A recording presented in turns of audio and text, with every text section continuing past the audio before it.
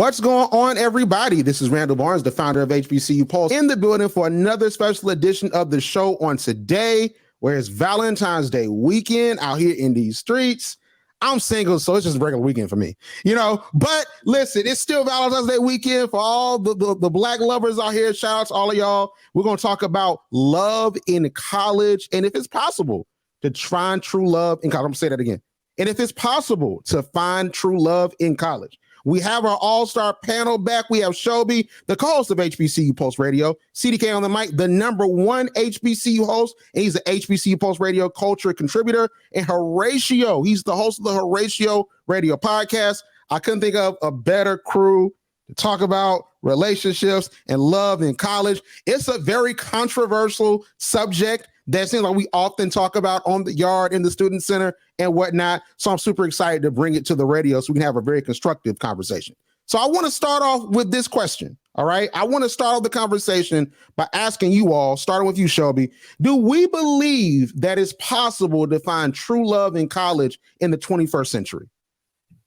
I do believe it's possible to find true love in college.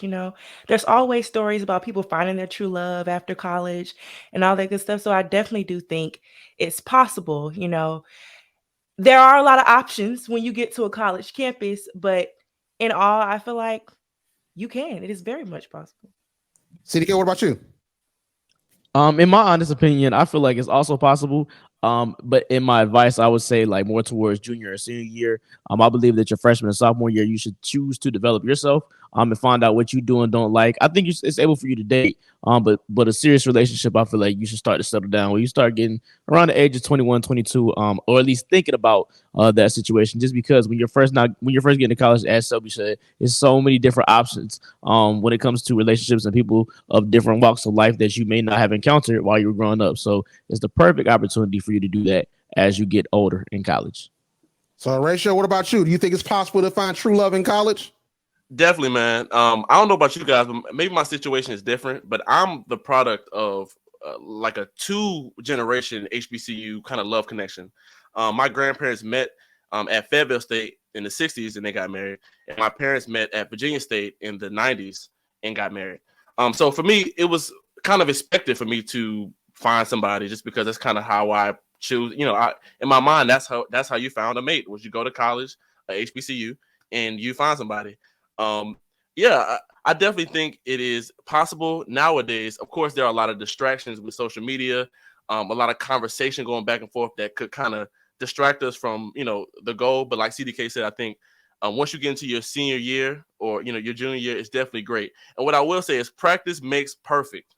All right. What are you practicing? So what you don't want to be is have graduated from college and now you don't have no experience practicing a relationship, especially with somebody that's of your same race, and that you have that commonality of the HBCU. So I definitely think HBCU time, college time is a great time to actually practice.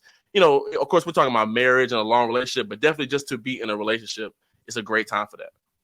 I love it. We're already opening the conversation with some great comments, but I got to follow up you on this, Horatio. So you have that HBCU love in your family lineage. So, when you got North Carolina A&T, was it in the back of your mind that, man, when I graduate, I got to find somebody? Or did you just move around and say, hey, maybe that'll happen? I think always in the back of my mind, it was like, is this gonna happen? Of course, I'm gonna find somebody, and I did. I have a girlfriend that I left from North Carolina A&T with that I'm still with now, and which is great. But it didn't happen until my senior year, towards the tail of my senior year. But I kind of always was walking around imagining that. Now, of course, the whole stereotype of college is we trying to move fast. We meet new people, like you said. We have a lot of options, but I think that gets old after a while.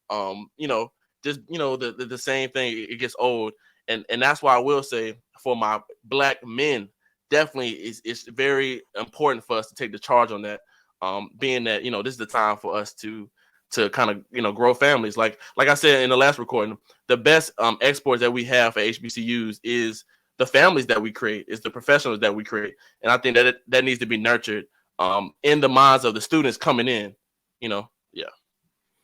So I think that's key. And speaking of family, I found this survey by Hurt Campus in 2012 that concluded that most college women wanted to be married by the age of 30, which I thought was a very interesting number. And it was nearly 2,600 college women from 677 different colleges at that time in 2012. And the classes of these women were 2012 to 2015. So the folks that were surveyed are 30 now. I would love to see how many of these women are married. I would love to see that because it's been a little minute. All right. But 85% said they want to be married by age 30. 46% said they want to be married by the time they were 25 to 27. And you have 20.9% that said they want to be married by the time they're 28 to 30. And 17.1% said they want to be married by the time they were 25. Now, the number that's interesting to me is the folks that said they want to be married between the times of 25 to 30. I'm like, really? Like, that's interesting. So, Shelby, listen, you went to school from from 2017 to 2021. So, like, I want you to talk about this, right? So, is that still the mindset of the college woman that, you all want to build a family and be married on this time frame, or has society sort of evolved to the point where that's not what women in college think about now? I will say there is always that pressure of thinking that's what you're supposed to do as a woman in college. We always, some women, we have this,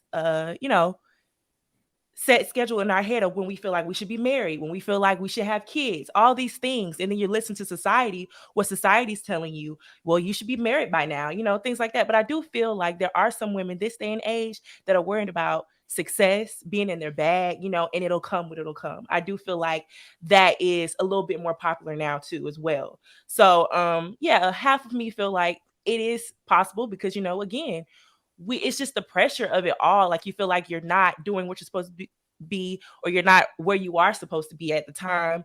So, that could definitely, it can be annoying, but I do feel like women now, they are successful. They're, in their bag. They're not worried about that. And if it comes along, it comes along.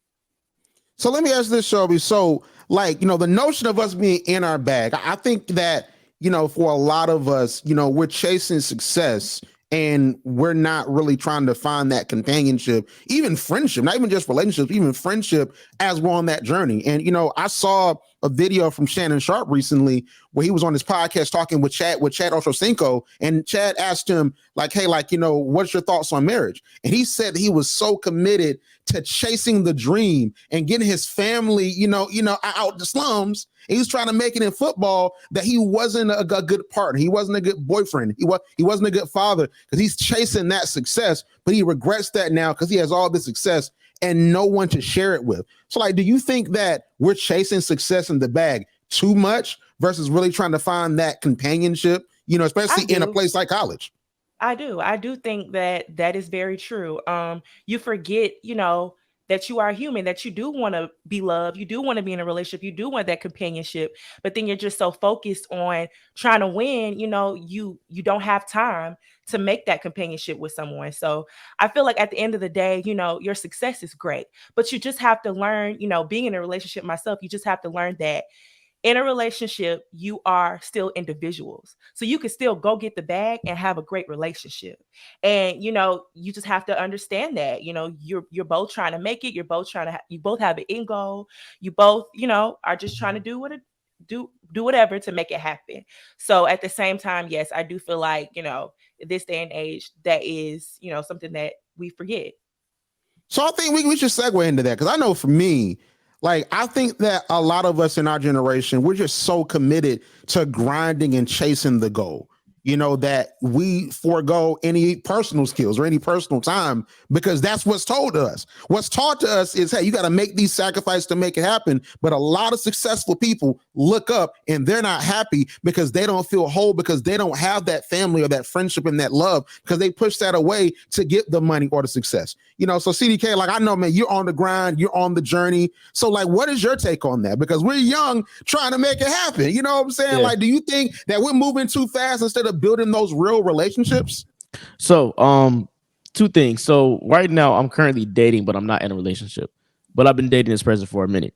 My last relationship taught me the balance between that, because before, when I was younger, I didn't have as much of a set schedule as I do now, because I was super in the grind mode, because I didn't have anything. Now I have somewhat of something, to where it's I'm just building upon things that I've already laid the foundation for. But when I was in the stage of laying the foundation, I didn't have as much time. Now, what I work out now is that, like, say I get booked in like Miami or Houston, whatever the case may be. Most of the time, those trips are paid for. So I'll just have her come, and then we'll go do stuff during the day, and then I'll have my event for 4 to 5 hours, and the rest of the weekend to devote to whatever she wants to do, or we just go out and enjoy time together. So that way, I'm also working, but it's kind of a vacation in there as well. So, but with my job, that's just how it's able to work. Now, before when I was just now coming up with hosting and stuff like that, I didn't have that luxury to do that. So that's just the way that I figured out that this can work now, or I'll take off Sundays and just, I have the luxury now of being able to kind of create my own schedule. But I will say the beginning of that, stick to kind of being single if you can. Hey, I think you said something, CDK. I think you said making time for the people that you love and care about. I think that's a concept we all need to really think about and really export from this show, is that you make time for the people and things you care about. So I think that's great, CDK. You're doing a lot of great stuff with that in that regard. All right. So Horatio, like, what about you, man? Because like I said, you're chasing the grind, you're making it happen. You know what I'm saying? So do you think that in our generation, that what really befalls us is that we're chasing success more than really trying to find that friendship and that companionship from each other? Absolutely. And I think I'm actually glad that we're having this conversation on this platform, because I think it's more prevalent in Black people, because I want us to be more intentional and with my kids, as my kids, and they're going to go to HBCUs. So I'm going to make sure that they're intentional, that, hey, look, especially my daughter, that, hey, this is a big pool of young Black professionals. There is no other time in your life.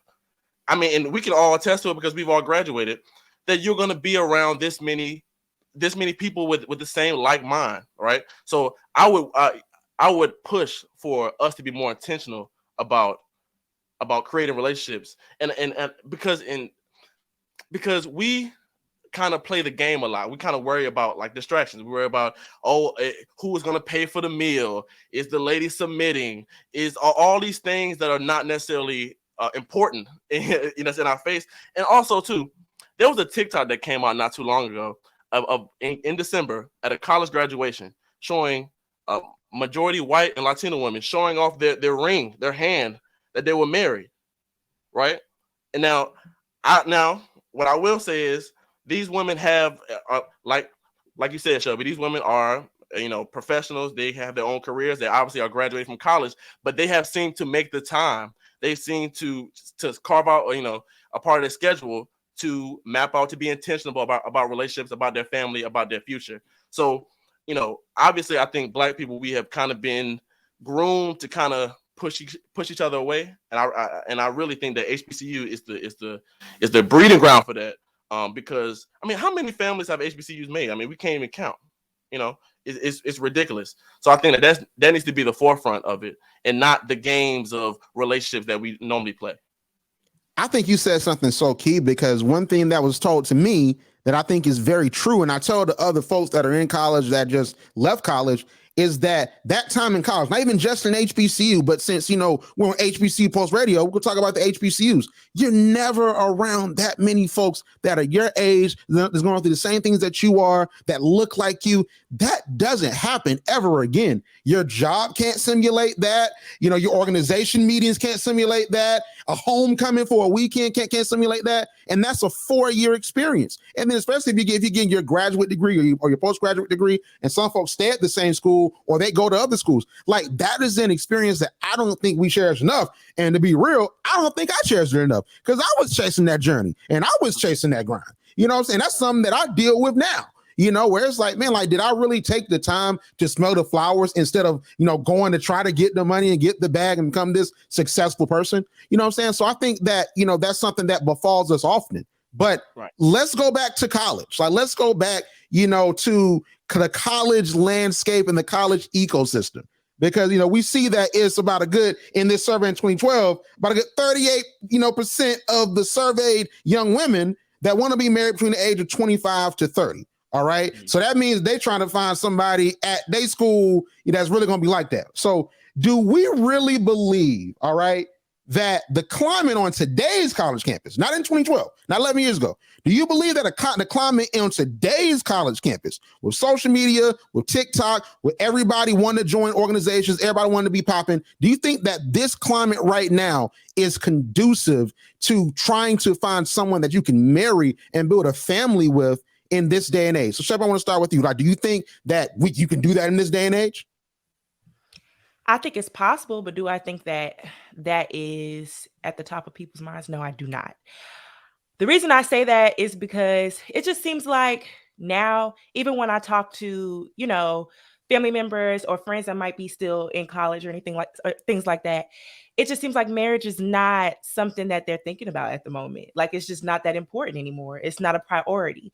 But, I do feel like there are some people, I don't know, I feel like it's a very small amount of people that, actually feel that that is something that they want to do. That's something that's an end goal for them. Like they have to be married at a certain age. I don't feel like people are really worried about it that much anymore. But the problem is like, Horatio mentioned, people are so worried about little things like who's going to pay the bill, or when we go out to the restaurant, or where is he at this time, or what is he doing? It's just people aren't really communicating or setting, standards in the relationship, or just, even at a talking stage, like what are we doing? So I feel like now it's kind of like they're kind of afraid to make anything happen, or maybe they don't have hope that it could possibly happen. So that's how I feel. So let me ask you this. So, building a family is important. And that's something that, we're sort of taught that we want to build this legacy, even when it comes to wealth building. Like you want to build a legacy so you can pass down that wealth in your family. So like, do you think that is wrong that even though at the time we're in college, we're 21 and 22, and even after we get out of college, we're 23, 24, 25. Do you think that is wrong that we're not thinking that far out, and building a family and building a legacy in that way, Shelby? No, I don't necessarily think it's wrong, because it's okay to, live in a moment and worry about now, that's fine. Like I said, some people feel like where they are at this moment in time, they're not worried about that. But when they get to that age, if it happens, it happens. If it doesn't, it doesn't. Everybody doesn't feel that pressure. But, I'm sure that everyone wants to carry on a legacy, and make sure they have that companionship with someone, or make sure their kids understand what love is like. I'm sure that's true, but I don't think it's bad to think for right now and not 5 years later. I totally get it. So CDK. So I know, for all of you all, I went to Fort Valley. Fort Valley, when I was there, we have like 2,500 students. And I know Albany State, y'all have, like a large population. North Carolina A&T, largest HBCU population in the nation. So it's so many diverse groups of people that you see, and it's like a new face you see on campus every day. So CDK, like, is it possible, in a climate such as that, to really truly find, that person that you're going to spend possibly the rest of your life with and build a family with in that environment? Yes, yes and no. Why I say no? I feel like we just pushed the timeline back some, right? Most of our grandparents, and some of our parents even got married or had kids way earlier, like around like the 18, 19, 20 like range. Like our grandparents, that was kind of the window of what things happen, especially if you're from the South. Just what I've experienced. So I think now the whole like being married by 30, I feel like is still like it's been said, but I feel like with going to a larger HBCU, because you have so many options and so many walks of life that just come into your peripheral every day, you're kind of just all over the place. And I feel like on the campus that we are now, with social media putting everything out there, everybody feels like they know each other and they really don't. So you can feel like you met somebody already before even seeing them or meeting them, and have this perception of them in your head, good or bad. And that can kind of alter your decisions on whether you're willing to pursue a relationship with them or not, just based off of what you see and what you hear about this person, and not even really know them. So I feel like that kind of deters people from wanting to get into a serious relationship. What's going on, everybody? This is Randall Barnes, the founder of HBCU Pulse here. And listen, I got a couple questions for our students that are listening, all right? Our HBCU students around the nation. Are you tired of cooking, cleaning, and shopping for groceries every week? That's number one. Do you wish you had more time to just enjoy the campus, go to events? It's spring semester, go to basketball games, and most importantly, do your work? Listen, I understand. I was just in college a few years ago. So if you answered yes to any of those questions, then you need Factor. Factor is America's #1 ready-to-eat meal delivery service that delivers fresh, chef-prepared meals right to your door so you can enjoy delicious food without spending hours in the kitchen. You want to know why? Because Factor's meals are ready to eat in as little as 2 minutes. I use Factor. It's definitely helped my schedule out a lot. And Factor is flexible with your schedule. I get so much done because I don't got to worry about stopping and going to get something to eat or trying to order something in. I can just go to Factor and get my grub on and make sure it's all good. And here's the thing with Factor. Sometimes you get bored with different foods. You go to the caf, the same food every day. Well, with Factor, it's not the same because there's so many options, 20 options every week. And listen, if you want to be healthy, you're trying to make sure you keep your New Year's resolution together, making sure the body is right before the summer, Factor can give you some healthy options as well. So listen, this is an amazing opportunity that you do not want to miss out on because you're going to save a lot of time and a lot of money and enjoy your days on campus like never before. So order Factor today. And here's the thing, I'm feeling really generous today. So here's what I'm going to do. I got a code for you. Factormeals.com/CPHBCU50. Use code CPHBCU50 to get 50% off your Factor order at factormeals.com/CPHBCU50 and tell them the champion Randall sent you. I feel that. So CDK, I say CDK.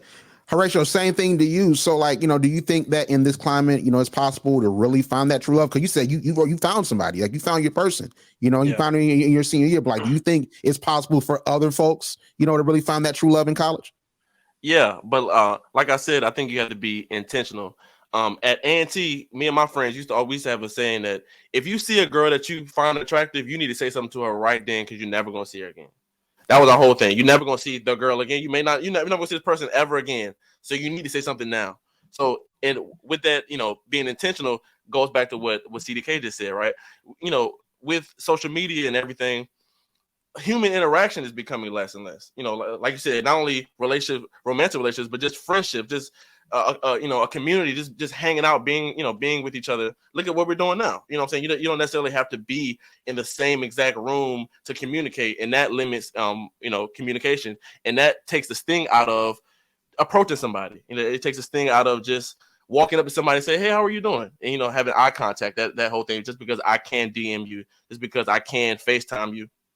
So also, and going back to what you said as well, I think it's the difference between being uneducated and miseducated. So maybe us as a community, we've been miseducated on using this time to, to create a family. But I don't think it's wrong per se, because, we're still trying to achieve some type of growth, but it may not be pushed in the right direction. You know what I'm saying? We still want to achieve some type of Black excellence or some type of generational wealth, but we have to understand that we have to have the family to have the wealth. So I think that's a big thing in it as well. It's like we have the drive, but we need to make sure that's facilitated through the right way. And the best way that we can is through a family. It's through a relationship. It's through, especially at an HBCU. I mean, and I cannot say this enough for the people who are listening who are students.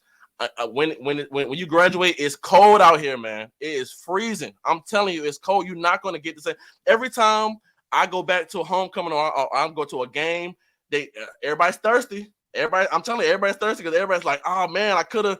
We was together. We was all together just a couple years ago, and I could have, but I didn't. But now I'm at home and it's cold. So now I'm, what I'm saying. So I'm telling you, take this time.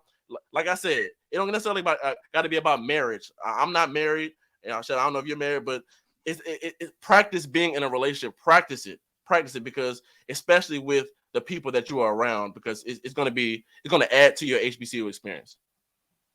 So, and another thing you said, Horatio, that I think, was really pertinent is that, social interaction has changed. And here's the elephant in the room that people aren't really looking at. We dealt with essentially 3 years of COVID. And then we were locked down for like a year and a half. So there's definitely been a change in how people have operated, and how things operate, and how we interact socially. Because I think for some of us, we sort of forgot how to cultivate that companionship because we were so distant. And then when you look at social media, like seeing these different images and folks that are in relationships, and we see people that, you know, we want to be like, we want to emulate their success, that does affect us because we try to go and chase what that celebrity is doing. We try to go and chase what he or she is doing that's more prominent in us and try to bring it to our lives where we're not, you know, at that level of wealth or status or power yet. And now that's ruining the relationships that we have because we're not on that same economic or social status. So I think that what you said is incredibly important because we got to realize that things are shifting and things are changing even from 11 years ago. Because we ain't dealing with COVID when I was in high school. I'm glad, okay? Because I don't know, first learning wouldn't have worked for me like that, okay? But let's talk about just the social climate of college, especially at an HBCU. And I've always wanted to talk about this. I'm not gonna lie to you, all right? Because I talk about this all the time. That was what I used to talk about. These were the random discussions that I had at Fort Valley.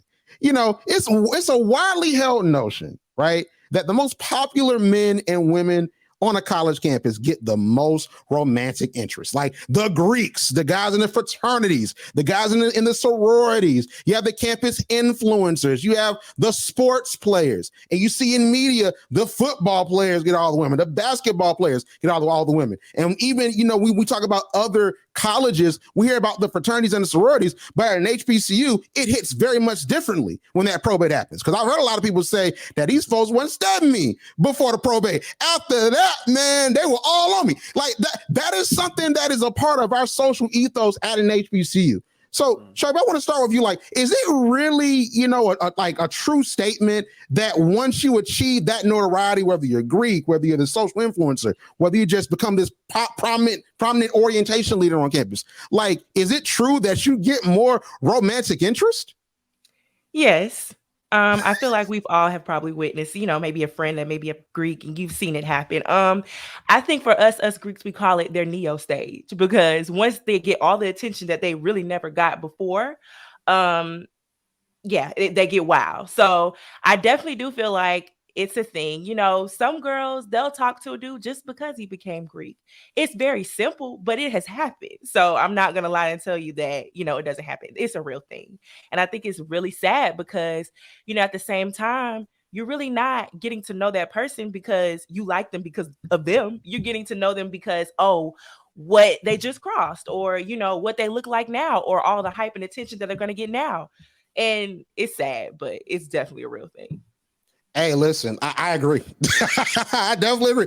I've seen it, especially as the person that was documenting that. I've definitely seen it. And what I'll say, and I want to just toss this to, you know, CDK and Horatio. What I'll say is that now, granted, I wasn't no player in college. I wasn't none of that. All right, I was basically the black Tom Brady. I was committed to the grind, okay? But at the same time, like when I was an orientation leader, and especially being the different orientation leader, that wasn't trying to talk to nobody. I was sort of doing my job, make sure everybody was straight. There was a different level of interest that I perceived, especially that first year I was orientation leader, my sophomore year, than I received in my freshman year. And it was a little bit more notoriety, and that notoriety does feel good. You know, like when you're being accepted and folks are looking at you different and talking to you different. So I can say that as black men, you know, when you're in a position of status and power, like it is a thing you do, like garner more interest, not even on a romantic level, just like that clout and notoriety. But CDK, like, do you really believe, you know, that if you're if you're a popping campus influencer, that you really gonna get that pull and that love just because of that clout and that status? You're about to talk to CDK, the popping HBCU host. All right. So if anybody can answer this question, CDK can. The number one HBCU host around the nation. Yeah, no, like I'm going to Miami. She coming with me. All right, you know what I'm saying? Like Rick Ross, you know what I'm saying? Here I am out here, man. CDK, like, listen, what do you say about this, man? So before I was doing all the HBCU hosts, of course, I was known for being a promoter. So at HBCU campuses as well, depending on what demographic or what region your HBCU is in, promoters might run your campus rather than Greek life or sports teams. Because at A&T, like the basketball players and football players are cool, but promoters at one point in time was really what it was. So it's more so like what you can give and what they can receive. If they're getting in the parties for free, getting in events for free, same thing with Greeks. The Greeks are throwing functions and they're getting in everything for free, and they're making sure that you're having a good time. That's what's drawing the attention. It's like, now I'm getting something from you. And it's just more, and sometimes it's just getting social status. What you think is social status, especially when you go to a HBCU as large as A&T, everybody has to do something if you want to stand out, pop, whatever case may be. If you want to do other things or be a part of organizations that they're a part of, or just be a part of the group, they're a collective they're a part of, when it comes to like promoters and stuff like that. So I feel like it's more so trying to elevate your social status is what it really is, and not really on a romantic level. That's really what it comes down to. Especially when you're younger, freshman, sophomore year, you get a lot of that. Once you become a junior, senior, you start to realize when these people graduate, or when I graduate, these folks not going to remember or care about you on a real personal level unless you did something to enhance your HBCU culture as a whole and created experiences with these folks. And that's the only time people are going to care about you, for real. Absolutely. And I was gonna add, for me, me and Christian, me and CDK marched in the band. So, for us, it was, as far as the dating side, we were kind of pulling from those people who were in the band. It's 200 some people. We're kind of pulling from that. But when both of us, Christian probably before me, but when I at least started putting out videos and started getting traction, I did kind of notice, obviously, it's a push in more what more people that you see. So what I will say is, as far as elevating your social status, especially for guys or women, definitely try to have something that, like Christian said, that you can add value to, because not only just romantically, but people definitely buy into when they see that you can have, add value. Being valuable is definitely the most thing that's important in whatever field that you're in. Obviously, we're in radio, we're in podcasting, so that's where we showed our value. But you can show your value in literally anything that you're blessed to do. That's your talent. So that's my suggestion to people is that when you go to a campus, definitely make sure that you shine your light so that people can definitely radiate to you. And that can be business-wise, relationship-wise, romantically, whatever. You want to definitely make sure that you're putting yourself out there, especially in this time nowadays. If I didn't get in front of a microphone, people wouldn't have seen my value. People wouldn't have seen, what I can, what I can bring to people. And then my girlfriend, who I'm with now, saw that, she noticed me from my videos, and that's how we connected. So that's a great example, but definitely make sure that, when you go to a HBCU, that you're definitely bringing your talents to add to that community, so that people can see what you have and people can know you for that thing. Man, I'm loving like y'all chasing the dream and then getting the women with it. I see the can ratio. I see y'all like man, like, hey, listen, like y'all, I'm writing it down, man. I'm writing it down so I can use it later on. But you said something that was very key, Horatio, is, value. And I think that often when we look at, folks that see the status and value that you have on campus, a lot of folks do try to sort of, use that. I think that, for example, it's a lot of folks, even not even in a relationship sense, but I think socially, this is what we see, and it all really reverts back around, is that, if you're this orientation leader, and someone wants to be an orientation leader. If you're Greek and someone wants to be Greek, if you're a host on campus and someone wants to be a host on campus, they're going to get cool with you. They're going to sit in the caf with you for a little minute. And then all of a sudden, once they obtained what they want or what they've needed from you, now all of a sudden you saying, hey, and they're like, hey, and they're not really showing you that love. Like, that is something that often happens. And I think that, that makes us guarded. And that's something that makes us be like, man, like, is this person really here for me? Or is this person here for something that they can obtain or a contact that they need?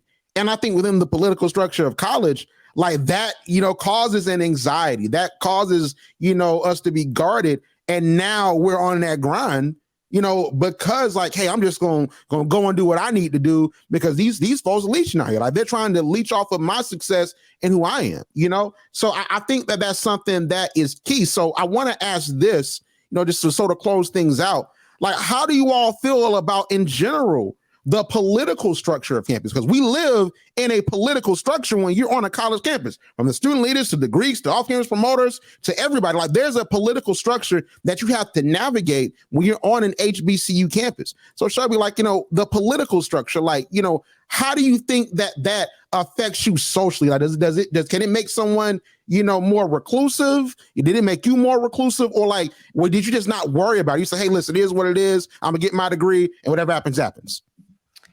I think there is pressure on, the political structure of an HBCU, but I know for me, my whole goal was, I did want to make something of myself. I wanted to make the most of being at an HBCU.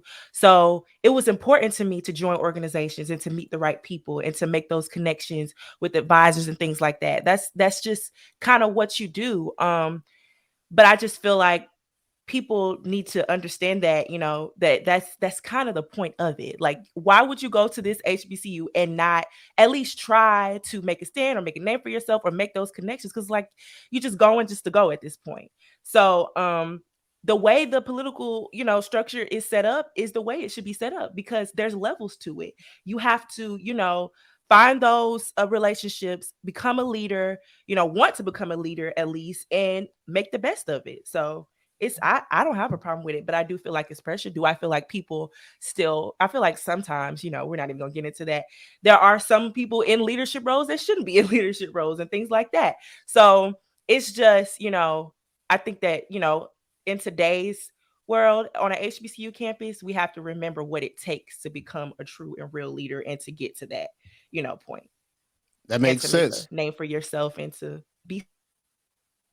That makes perfect sense. So CDK, same thing. You just close things out, like, that political structure, navigating it, where you got people that's trying to sort of use you for your status and what you have, and just folks that aren't as genuine, and that maybe could cloud folks that are, have you, perceived that, and how can someone navigate around that in the field that we're in? Because, we're hosts, we're radio hosts, we're in the media field, and it's a lot of folks that are like that even outside of, the college space. So how do you navigate that while still keeping true to yourself and not being guarded? So be genuine to everyone. I also believe that everything is a two-way street. But there are lots of people that I just hand opportunities or put the good word in for them if I know that they're deserving of so. And just let it be what it is, and it'll come full circle whenever. But I never have the intention of like, okay, well, what am I gonna get in return? You know what I'm saying? But when I say about a two-way street is, okay, if I'm giving you or putting you on this platform or giving you this opportunity to do so, the two-way street for me is making sure that my face card is clean, because what I can use is my reputation of continuing to put people on, or what I'm saying, that in that sense. And sometimes it's not even on a relationship standpoint. It may be guys, other guys that try to use you for your status or leech on or jump onto your brand to try to use you to make more money or to elevate their social status and stuff like that too. So I think most of the time you have to worry about that. And even when it comes to campus leaders, we all talk about campaign season. We all talk about folks that ain't never said nothing to anybody before you started putting out those flyers. You didn't enter no group chats. You weren't on campus talking to folks. Nobody knew you. And people can see through that, like 110%. So I think the best way for you to do that and to stay genuine and kind of find out who's who is just experience. You know what I'm saying? Like, if somebody does you wrong, I mean, it is what it is. Keep it rolling. But don't let that, learn from it, but don't let it deteriorate you from being genuine to that next person, because that next person might be the person that you need to help. And y'all can work together great. So. Man, when you said campaign season, it made me think back to Horatio's videos that I watched back in like 2019 when you talked about campaign. We talk about campaign season. You talking about Miss Off Campus? Like, that made me think back to that where it's like Miss Off Campus. It's like, that's a real position. Like, it is. Like, wow, But Horatio, just just last thing for you, like, so how do you navigate that? We're talking about just the social scene in general. And I think that oftentimes, when it comes to our personal relationships, because, we have to give to other people, we're trying to get in these relationships. It's a level of trust that you have to have, the trust that that person is going to really have the same energy as you. And also the trust that you're investing your time in the right person and that they're not going to snake you. They're not just trying to leech off of your perceived success. So how do you navigate that? And what are your thoughts on that in a college environment? Definitely. Well, my whole thing is I always believe that I'd rather be vulnerable and get my heart broken rather than go into a situation like all guarded up and then it's going to happen like that anyway. So I've always said that, like, even in my relationship now, I'm very like, I try not to think like that, because I don't think that, coming in, with the ice heart or whatever, what I'm saying, is the best way. Also, going back to, the structure, like you said, like you mentioned in my video, my role on campus was like a disruptor kind of. So I would kind of say things, or I would, that was my personality. So what I will say is there is definitely a it's a, it's great to go with everything and the respect the chain of command and everything, but you're talking to somebody who did not do that and was very successful at that. People backed me. The students backed me a lot. Parents, alumni, a lot of people backed me because I was kind of anti that kind of system. So what I will say is, of course, like CDK said, of course, be genuine, be great to everybody, but there is a way that you can use the political system to your advantage if you're that type of person that doesn't really necessarily agree with it. That's not saying you curse everybody out or you be disrespectful, but if you can, like I said, add value in that way to add laughter to it and to kind of add it's not that serious kind of vibe, then a lot of people would jump on you and will back you. So that's what I will say. Closing out is definitely be vulnerable in your relationships so that you won't come into it with a negative mindset or you kind of manifesting something bad to happen. And definitely if you're one of these people who are a disruptor who kind of sees the problem in these administrations or leadership things, you can definitely speak out and definitely be you, and people will gravitate to you. I love it. This was such an amazing conversation that I wish we could talk about, for hours, because I know that's what I used to do when I was at Fort Valentine Student Center. We'd be talking for hours about different conversations like this, but we have to go on and go. But I really appreciate you all, for really giving this information and really sparking this conversation that hopefully can continue, because I believe that we have to evolve in how we treat each other. We have to evolve in how we look at relationships, and we have to evolve in how we view each other. And I think that this is, the perfect start of it. So I want to ask you all, where can we find you on social media? Starting with you, Shelby. You can find me on Instagram and Twitter at Lotus Love, LLOTUS, love_. CDK, where can we find you on social media? At CDK on the mic on all social media platforms. Horatio, where can we find you on social media, and how can we listen to your podcast? Horatio Radio. It's HORATIO. Also, since we're talking, the HBCU audience, I have the HBCU band podcast, Crank Up, which is every week, where we're talking about the greatest and the latest in HBCU marching band culture. So you can always find that at Crank Up Pod on Instagram. Outside of that, thank you so much for tuning in. And as always, we'll see you on the other side, and we'll see you next week.